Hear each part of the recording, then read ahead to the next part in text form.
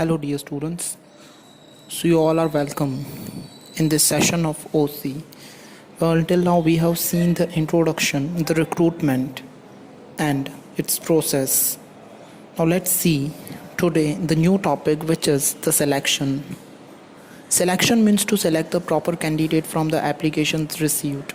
तो in the recruitment process कि जिन्होंने अप्लाई किया हुआ था तो उनमें से प्रॉपर कैंडिडेट्स को सेलेक्ट करना इस प्रोसेस को कहा जाता है, जिनके अंदर एप्लीकेशन जिन्होंने दी हुई थी सेलेक्ट होने के लिए जॉब में, उनकी एप्लीकेशंस को चेक करना पड़ता है और प्रॉपर कैंडिडेट्स को सेलेक्ट करना पड़ता है। Selection is a part of the recruitment process. Selection एक रिक्रूटमेंट प्रोसेस का पार्ट है। The selection process varies from organization to organization on the basis of size, type of organization and kind of employees required.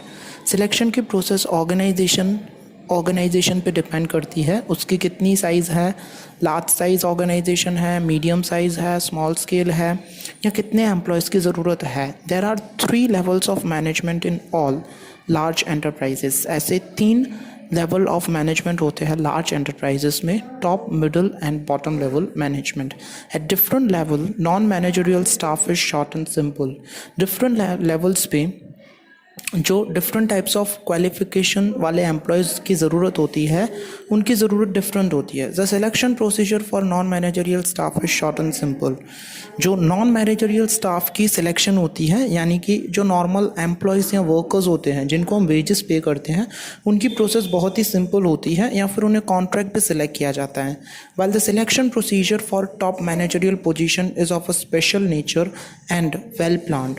तो top managerial position के लिए जिन employees को select किया जाता है, उनकी प्रोसेस कुछ वेल प्लान होती है और उनका एक स्पेशल नेचर होता है, क्योंकि इंटरव्यूज़ कंडक्ट करने, aptitude test, IQ test etcetera various references check किए जाते हैं। It is necessary to select the right person for the right job, as selection of an employee is very important aspect. और ये बहुत ही ज़रूरी है कि राइट पर्सन को राइट जॉब पे सिलेक्ट किया जाए। एम्प्लॉयज़ की सिलेक्शन पे वो एक ज़रूरी और इम्पॉर्टेंट नज़रिया है, एस्पेक्ट है। The selection of a suitable, expert, experienced and loyal employee is an invaluable asset for the enterprise. तो सूटेबल, एक्सपर्ट और एक्सपीरियंस्ड और लॉयल एम्प्लॉय को सिलेक्ट करना एक बहुत ही इनवैल्यूएबल एसेट है किसी भी ऑर्गेनाइजेशन के लिए, क्योंकि एम्प्लॉयज़ जितने प्रॉपर होंगे, अच्छी तरह से वेल मैनर्ड काम करेंगे, उतनी ही सक्सेस अचीव होगी किसी भी ऑर्गेनाइजेशन को। तो चलिए देखते हैं सिलेक्शन प्रोसेस क्या है। तो नंबर 1 उसमें है welcome and primary meeting. At this stage the candidate is welcome by the enterprise. इस स्टेज पे कैंडिडेट को वेलकम किया जाता है एंटरप्राइज के अंदर। The receptionist makes the primary investigation and if the candidate is found suitable और eligible he will be sent to the recruitment officer. तो जब रिसेप्शनिस्ट पे उसकी प्राइमरी इन्वेस्टिगेशन होती है, चेकिंग होती है, तो कैंडिडेट को जब सूटेबल या फिर एलिजिबल, इट मीन्स अगर काबिल पाया जाता है जॉब करने के लिए, तो उसे फिर रिक्रूटमेंट ऑफिसर के पास भेज दिया जाता है। The recruitment officer collects information about the knowledge, skill and the working capability of the candidate.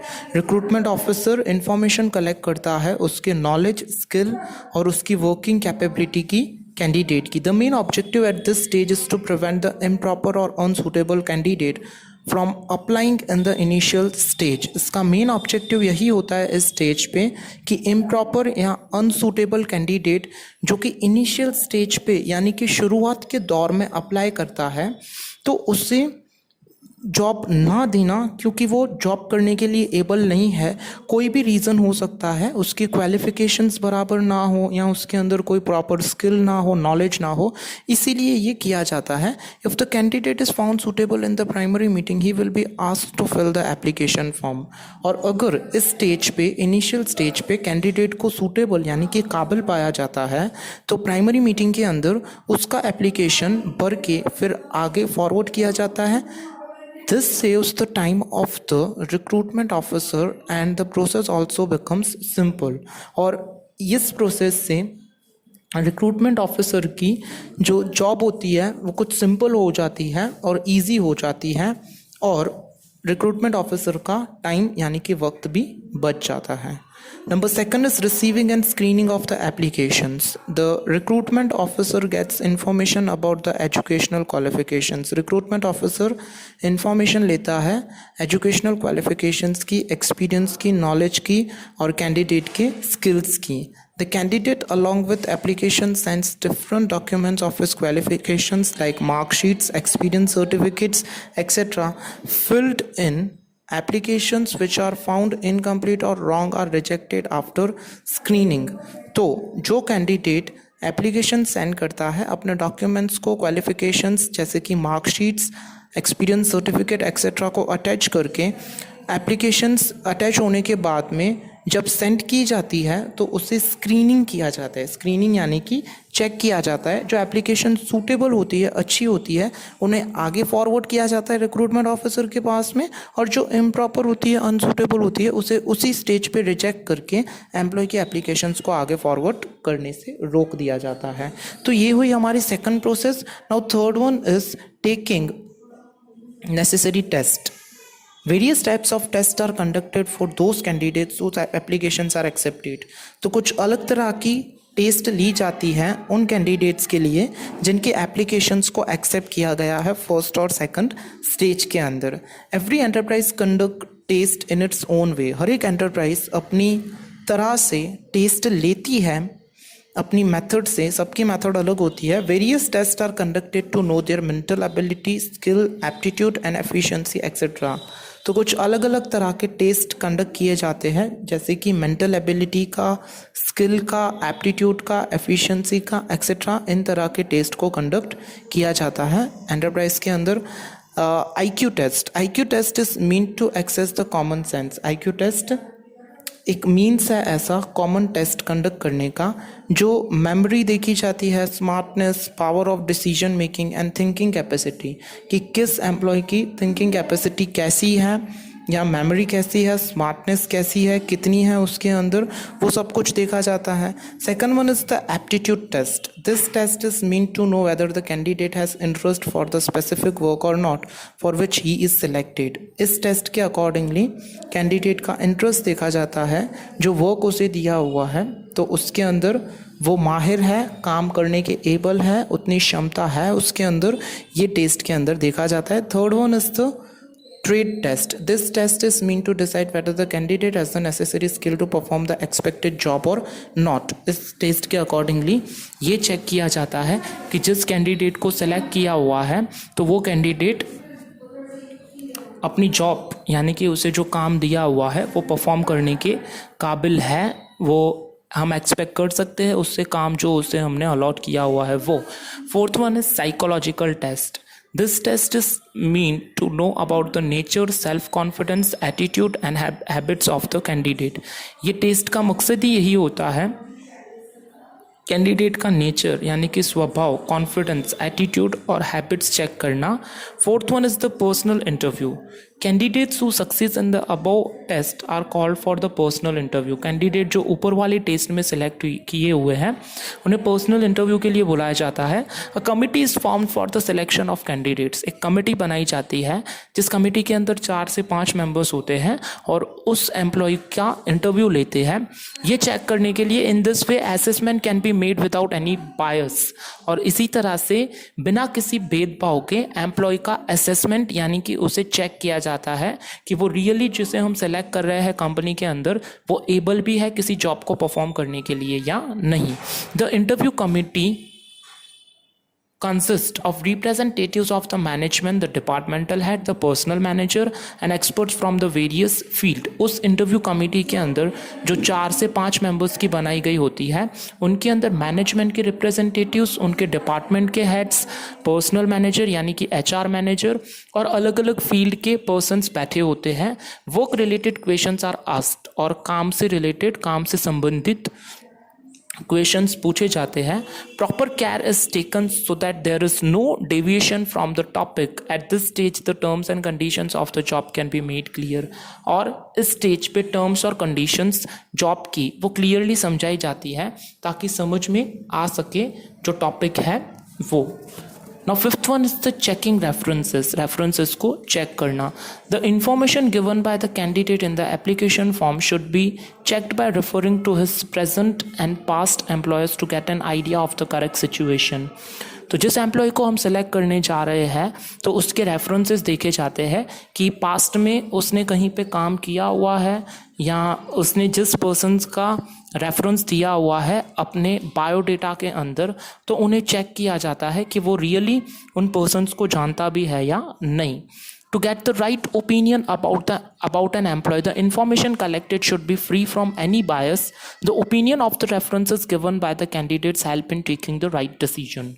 तो ये पॉसिबली होता है कि जिन पर्सन्स का रेफरेंस दिया हुआ है, जो जॉब के लिए अप्लाई करता है, उन्हें कांटेक्ट करके कॉल करके उनका रेफरेंस चेक किया जाता है कि कहीं वो झूठ तो नहीं बोल रहा, और उनसे भी पूछा जाता है कि कोई पर्टिकुलर पर्सन जिसने पास्ट में जॉब की हुई है किसी कंपनी के अंदर, तो उनसे पूछा जाता है कि इस पर्सन का नेचर कैसा है, कैरेक्टर कैसा है, और फिर ही कोई डिसीजन लिया जाता है सिलेक्ट करने के लिए. और ये पूरी प्रोसेस जो होती है without any kind of the bias और प्रेजुडाइज होती है, यानी कि बिना किसी भेदभाव को किए बिना. Number 6 is preliminary selection. If the matters gathered from the personal interview and the past references are positive, then the selection committee will make a list of the selected candidates. और जो matters हमने collect किए हैं personal interview में से और past references हमने जो check किए हुए हैं, तो selection committee एक लिस्ट बनाती है सिलेक्टेड कैंडिडेट्स का. This list usually includes more number of candidates than required. इस लिस्ट के अंदर जितने कैंडिडेट्स की ज़रूरत होती है उनसे कुछ ज़्यादा. फॉर एग्जांपल मुझे जॉब के लिए सिर्फ 10 कैंडिडेट्स चाहिए, तो मैं 15 कैंडिडेट्स सेलेक्ट करूँगा, आगे जाके उन कैंडिडेट्स को मैं शॉर्ट लिस्टेड करूँगा. Number 7 is the physical examination. After preliminary selection of the required candidates, they are sent to a specified hospital or doctor for medical examination. अब जिन कैंडिडेट्स को मैंने सेलेक्ट किया हुआ है उनका इंटरव्यू कंडक्ट करने के बाद में रेफरेंसेस एंड एक्सेट्रा सब कुछ देखने के बाद में ये स्टेज ऐसा आता है जहाँ पे उसका फिजिकल टेस्ट किया जाएगा. मेडिकल टेस्ट यानी मेडिकल एग्जामिनेशन भी उसे बोल सकते हैं. उसे किसी हॉस्पिटल में सेंड करके उसका बॉडी चेकअप कि वो नॉर्मल है या नहीं वो किया जाता है. The main objective of this examination is to know whether the candidate is suffering from any serious illness or any other physical problem. Rest of the employees are keep in waiting list. In future, whenever any candidate is required, selection can be done from the waiting list according to their order of the merit. और फिर medical examination conduct करने के बाद में ही कोई decision लिया जाता है. इसका मेन ऑब्जेक्टिव यही होता है कि चेक करना कि जिस एम्प्लॉय को सेलेक्ट करने जा रहे हैं तो वो कोई इलनेस बीमारी से या कोई भी डिसीज़ ना हो उससे, और फिर ही कोई डिसीजन लिया जाता है. And next one is the appointment letter. सब कुछ नॉर्मल होने के बाद में 8 नंबर का टर्न आता है अपॉइंटमेंट लेटर का. After making the final selection, appointment letter is given to the selected candidate. तो फाइनल सिलेक्शन करने के बाद में अपॉइंटमेंट लेटर दिया जाता है सिलेक्टेड कैंडिडेट को. In this letter information regarding nature of work. इस लेटर के अंदर नेचर ऑफ वर्क को डिस्क्राइब करना, वर्क प्लेस काम करने की जगह, designation, rights and responsibilities, remuneration and other financial and non financial details are given. और अलग अलग फाइनेंशियल और नॉन फाइनेंशियल डिटेल्स इनके अंदर दी जाती है. Ninth one is induction into the organization and allotment of the work. This is the final stage of the selection. So in modern organization, after giving the appointment letter and before the allotment of duties, employees are given information regarding the policies of the organization environment, superiors and colleagues and subordinates. After this, duties are allotted to the candidates. तो modern organisation यानी कि आज का जो organisation structure है उनके अंदर basically ये किया जाता है कि अगर एक बार एम्प्लॉय को सिलेक्ट कर दिया जाता है, मेडिकल एग्जामिनेशन और अपॉइंटमेंट लेटर दे दिया जाता है, तो उससे कंपनी के एनवायरनमेंट से वाकिफ़ करवाया जाता है. यानी कि कंपनी में जो एम्प्लॉयज़ हैं उनसे जान पहचान, उनका इंट्रोडक्शन करवाया जाता है. कंपनी के क्या रूल्स रिस्पॉन्सिबिलिटी है, क्या डिसिप्लिन फॉलो करना पड़ता है, उनके जो सुपीरियर्स हैं उनसे उनके जो सुपीरियर्स एंड सबॉर्डिनेट्स हैं तो उनसे वाकिफ़ करवाया जाता है. और after this duties are allotted to the candidate, और इन सब से वाकिफ करवाने के बाद में, जान पहचान करवाने के बाद में ही किसी एम्प्लॉय को ड्यूटी अलॉट होती है. So dear students, we have seen the process of selection in this session. Hope you have watched the video until the last minute to understand the meaning of selection and its process. So till then, we'll see the next topic in our next session. Until then, very goodbye and have a very nice day.